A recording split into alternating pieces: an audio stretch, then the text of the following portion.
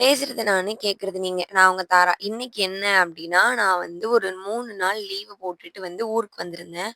So, அங்க எடுத்த vlog தான் வந்து பார்க்க போறீங்க.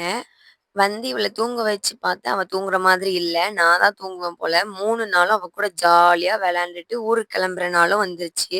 ஸோ அம்மா வந்து அன்னைக்கு சிக்கன் எடுத்துட்டு வந்திருந்தாங்க. சிக்கன் 65 பிரியாணி 2மே நீயே பண்ணிக்கோ அப்டின்ற மாரி சொல்லிட்டாங்க. மனசுக்குள்ள என்ன நானே ஒரு செஃப்பா வந்து ஃபீல் பண்ணிக்கிட்டு நானே பண்ணிரலாம் அப்டின்னு சொல்லிட்டு, நானே தொன்ன பிரியாணியும், ரைத்தா 65யும் பெசஞ்சு குடுத்தேன். அம்மா தான் பொரிச்சு எடுத்தாங்க. ஸோ நல்ல ஒரு உறக்கம் போட்டு எந்திரிச்சாச்சு. முடிய வந்து நான் கட் பண்ணி வச்சிருக்கேன். ஹேர் கட் பண்ணிட்டேன். ஸோ எதுக்கு கட் பண்ணேன் அப்டின்லாம் எனக்கு தெரியாது. பட் கட் பண்ணணும் அப்டின்னு சொல்லிட்டு நெறையாவே கட் பண்ணிட்டேன். ஏன்னா, நூடுல்ஸா கர்லி அது லென்த்தா இருக்கும்.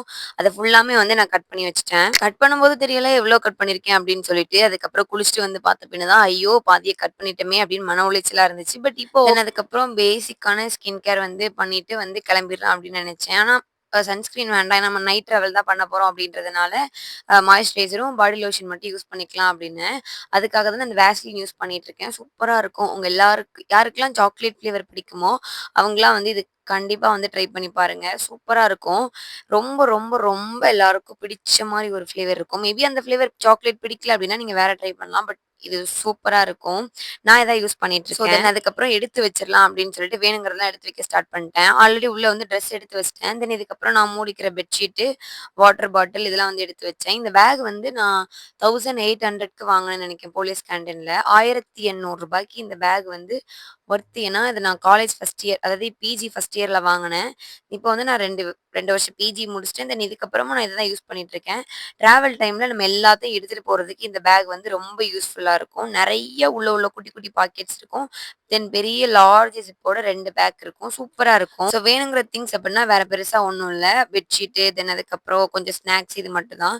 ஸோ அங்கேருந்து அதர்ஸாக்கும் ஒரு பாய் சொல்லிட்டு நானும் வீட்ல இருந்து கிளம்ப வேண்டிய நேரம் வந்துச்சு. ஸோ முதல் டைம் போகும்போது ஒரு எக்ஸைட்மென்ட் இருக்கும். நம்ம புதுசா காலேஜ் போறோம், ஹாஸ்டல் போறோம் அப்படின்னு, புது ஃப்ரெண்ட்ஸ் பார்க்க போறோம் அப்படின்னு.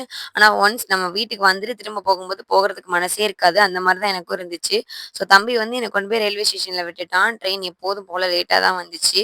எங்க மிரர் இருந்தாலும் நம்ம ஒரு செல்ஃபி எடுப்போம். அதே விஷயத்த அங்கேயும் போட்டுட்டு மேல ஏறி உட்காந்தாச்சு. ஸோ எனக்கு வந்து அப்பர் தான் இந்த வாட்டி கிடைச்சிருந்துச்சு. அதுக்கப்புறம் அப்படியே உட்காந்து பொறுமையா வந்து வெட்டுன முடி எப்படி இருக்கு அப்படின்னு சொல்லி வேடிக்கை பார்த்துட்டு இருந்தேன்.